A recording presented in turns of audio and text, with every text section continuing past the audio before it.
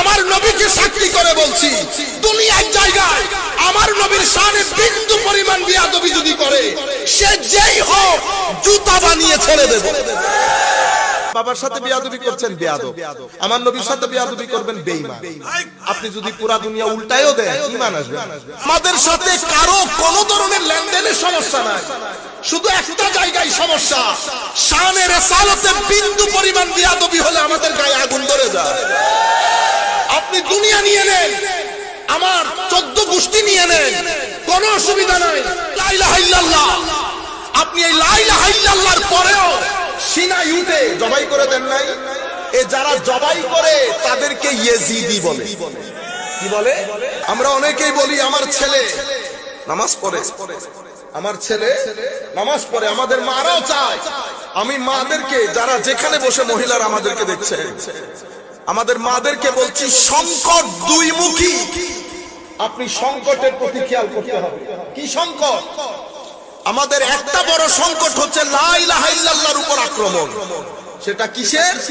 সেটা বিজ্ঞান এবং আধুনিকতা, এই দুই জিনিস একসাথে হয়ে আমাদের ছেলেদের ভিতরে তাদেরকে বুঝিয়ে ফেলেছে যে এই যুগে ধর্মের কোনো প্রয়োজন নাই। আল্লাহ বলে, কেউ আপনি ছেলেকে আপনাদের জায়গা থেকে শুধু শহরে পাঠিয়েছেন, কলেজে পাঠিয়েছেন, বিশ্ববিদ্যালয়ে পাঠিয়েছেন।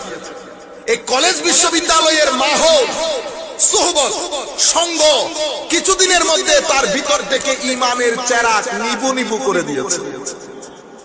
সে আপনার বাসায় যখন আসে নামাজ দোয়া পড়ে, আপনি মনে করতেছেন তার বিশ্বাস পোক্ত, তার বিশ্বাস পোক্ত না। যেই ব্যক্তি কবর সম্পর্কে সচেতন হবে, সেই ব্যক্তির পক্ষে এইরকম অরাজকতা সম্ভব না। এরকম মিথ্যা, এরকম জুলম, এরকম প্রতারণা, এইরকম এই আন্দাজের জিন্দেগি সম্ভব হবে না যেই ব্যক্তি কবরকে বিন্দু পরিমাণ ধারণ করে। নাই এখন আমার নবীর সেই কথাগুলো বলা। কাশ যদি সুযোগ পাইতাম, আমার নবীর শিক্ষা ব্যবস্থা তুলে ধরতাম। পৃথিবী ইচ্ছে করলে গ্রহণ করবে, ইচ্ছে করলে বর্জন করবে। আমার নবীর শিক্ষা ব্যবস্থা 10 বছর মদিনা শরীফ, জঙ্গে বদর, বদরের যুদ্ধে আমার নবী কিছু সংখ্যক যুদ্ধবন্দী এসেছে। আমার নবী তো হত্যা করতে আসে নাই। যুদ্ধবন্দীর আন্তর্জাতিক আইন ছিল they have to be killed, end of the story. তাদেরকে হত্যা করা হবে। আমার নবী বলছেন, আমি তো হত্যা করার জন্য আসি নাই। হত্যা করে ফেললে আমি আর রাহমাতুল্লিল আলামিন হলাম কেমনে? আমার নবী ফাঁক ফোকর খুঁজতেছে। স্টেট দেশেরও তার অত টাকা নাই এদেরকে পালবে। আমার নবী ফাঁক ফোকর খুঁজতেছে। পরে আমার নবী বলতেছেন, তুমি এদিকে আসো। আমার মদিনা শরীফের 10টা ছেলেকে যদি অক্ষর জ্ঞান দিতে পারো, তুমি স্বাধীন। আমার মদিনা শরীফের 10টা বালককে যেই ব্যক্তি অক্ষর জ্ঞান দিতে পারবে, সে স্বাধীন।